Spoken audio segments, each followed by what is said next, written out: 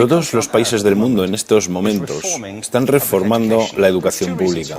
Existen dos razones para ello. La primera es económica. La gente está intentando resolver cómo podemos educar a nuestros niños para que ocupen su lugar en la economía del siglo XXI. ¿Cómo hacemos eso? Si ni siquiera podemos anticipar cómo será la economía al final de la próxima semana, como esta reciente crisis lo está demostrando. ¿Cómo hacemos eso? La segunda razón es cultural. Todos los países del mundo están intentando resolver cómo podemos educar a nuestros niños para que tengan sentido de identidad cultural, para poder legarles los genes culturales de nuestras comunidades y a la vez formar parte del proceso de globalización. ¿Cómo cuadramos ese círculo?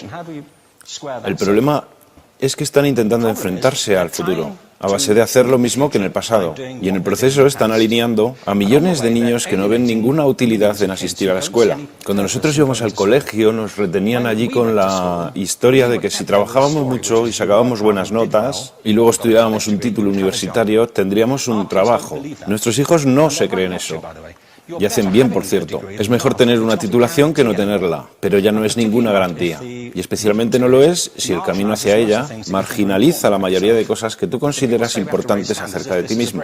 Hay gente que dice que hay que subir los estándares, que eso sería un avance. Ah, ¿sí? Sí, lo deberíamos hacer. ¿Y por qué ibas a querer rebajarlos?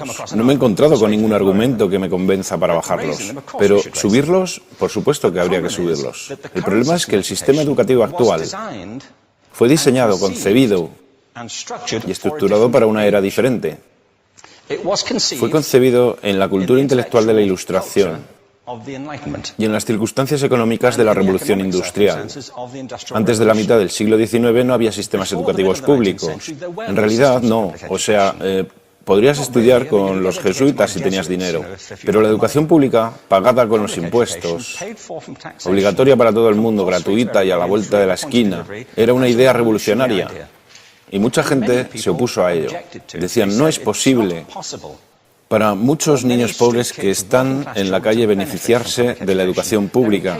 Son incapaces de leer y escribir. ¿Por qué perder tiempo con esto? Y también se asienta sobre una serie de suposiciones sobre la estructura social y la capacidad de las personas. Fue dirigido por el imperativo económico de aquel momento, pero a lo largo de todo ello se infiltró el modelo intelectual de la mente, el cual era esencialmente la idea que la Ilustración tenía sobre la inteligencia. La auténtica inteligencia consistía en cierta capacidad para el razonamiento deductivo y un conocimiento amplio de la cultura clásica. Se podría resumir en capacidad académica. Y esta idea está fuertemente enraizada en la reserva genética de la educación pública. El creer que hay dos tipos de personas, académicas y no académicas, y la consecuencia de eso es que mucha gente brillante se creen que no lo son porque han sido evaluados siguiendo este concepto de mente. Así que tenemos dos pilares gemelos, el económico y el intelectual. Y desde mi punto de vista, este modelo ha causado caos en la vida de mucha gente. Ha habido gente que se ha beneficiado maravillosamente de él, pero la mayoría de la gente no. En lugar de beneficiarse, sufren de esto. Una epidemia moderna, mal ubicada y también ficticia. Esta es la plaga del síndrome de déficit de atención e hiperactividad, TDAH. Este es un mapa de la incidencia del TDAH en Estados Unidos, el mapa de prescripciones médicas para el TDAH. No me malinterpreten. No quiero decir que el síndrome de déficit de atención no exista. Yo no tengo la formación necesaria para ello. Sé que la amplia mayoría de psicólogos y pediatras creen que sí, pero aún es un tema a debatir. Lo que sí me consta es que no se trata de una epidemia. Estos niños están siendo medicados tan rutinariamente como a mi generación nos quitaban las amígdalas, por los mismos motivos caprichosos y por la misma razón, la moda de la medicina. Nuestros hijos están viviendo en el periodo más intensamente estimulante de la historia de la Tierra. Están siendo acosados con información y les están reclamando su atención desde todos los medios. Los ordenadores, los iPhone, las vallas publicitarias y cientos de canales de televisión. Y nosotros les penalizamos por distraerse. ¿Distraerse de qué? Cosas que son un aburrimiento, en la escuela sobre todo. Me parece a mí que no es totalmente una incidencia el hecho de que la incidencia del TDAH haya crecido paralela al incremento de los test estandarizados. A estos niños se les está dando cosas como Ritalin, Adderall, a menudo medicación bastante peligrosa, solo para hacer que se concentren y se calmen. Pero según esto, el déficit de atención aumenta al ir al este de este país. La gente empieza a perder el interés en Oklahoma.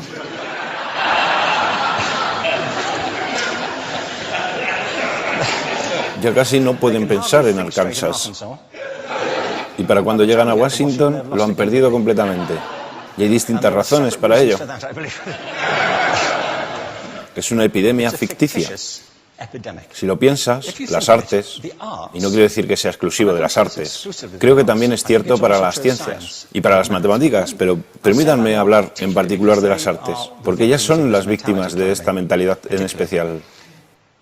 Las artes tratan especialmente la idea de experiencia estética. Una experiencia estética es una en la que tus sentidos están funcionando a su máxima capacidad. Cuando te hallas presente en el momento actual, cuando vibras con la emoción de lo que estás experimentando, cuando estás plenamente vivo.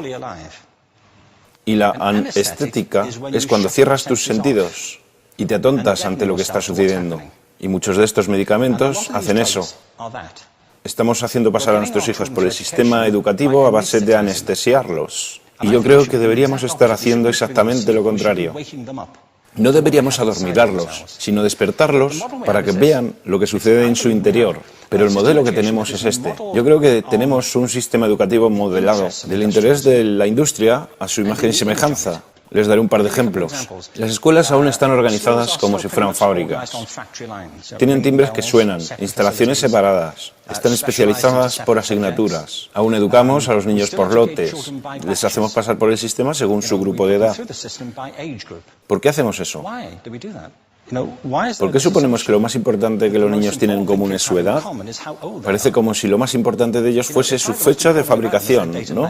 Bueno, yo conozco niños que son mucho mejores que otros niños de su edad en distintas disciplinas, o en diferentes momentos del día, o que son mejores en grupos pequeños o en grupos grandes, o que simplemente trabajan mejor solos. Si te interesa el modelo de aprendizaje, no puedes empezar con esta mentalidad de cadena de montaje. Se trata esencialmente de una conformidad. Cuando ves el incremento de los exámenes estandarizados y de los currículos estandarizados, todo se basa en la estandarización. Yo creo que tenemos que ir justamente en la dirección opuesta. Esto es lo que quiero decir cuando hablo de cambiar el paradigma. Hay un estudio estupendo que se ha hecho recientemente acerca del pensamiento divergente. El pensamiento divergente no es lo mismo que la creatividad. Yo defino la creatividad como el proceso de tener ideas originales que tengan valor.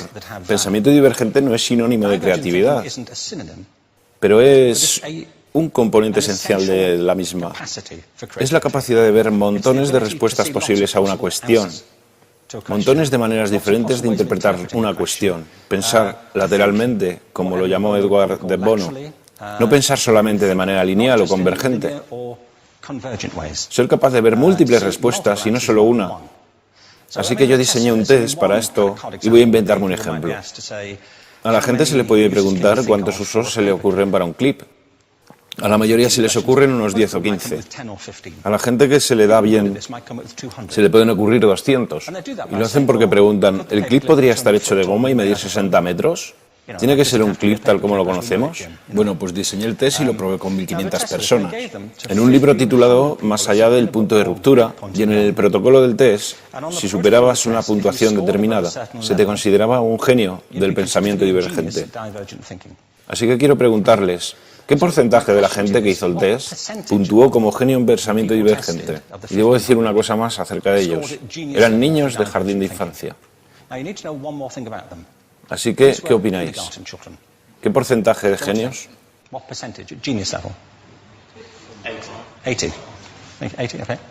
98%. Bueno, la cuestión es que era un estudio longitudinal, así que los mismos niños volvieron a hacer el test 5 años después, en edades entre 8 y 10 años. ¿Qué pensáis? ¿50%? Volvieron a hacerles el test otra vez, 5 años más tarde, cuando tenían entre 13 y 15 años de edad. Y se observa una tendencia, ¿no? Bueno, esto nos indica algo interesante, porque se supone que tendría que ser al revés, ¿no? Empiezas no siendo muy bueno, pero mejoras a medida que te haces mayor. Pero esto demuestra dos cosas. Una es que todos nosotros tenemos esta capacidad. Y la otra es que esta capacidad se deteriora en general. Muchas cosas les han pasado a estos niños durante su crecimiento, pero yo estoy convencido que lo que más les ha influenciado es que a estas alturas ya han obtenido una educación académica. Se han pasado 10 años en la escuela, oyendo que solo hay una respuesta correcta. Esta es la parte de atrás del libro, pero no la mires. Y no copies, porque eso es engañar. Fuera de las escuelas, a eso se le llama colaboración. Esto no sucede porque los docentes así lo quieran. Es simplemente porque sucede así. Es porque se halla presente en la reserva genética de la educación. Tenemos que pensar de forma diferente acerca de la capacidad humana. Tenemos que superar esta vieja idea acerca de lo académico y lo no académico, lo abstracto, lo teórico, lo vocacional, y empezar a verlo como lo que es, un mito. En segundo lugar, tengo que reconocer que la mayor parte de las veces el buen aprendizaje se da en grupos y que la colaboración es lo que alimenta el crecimiento.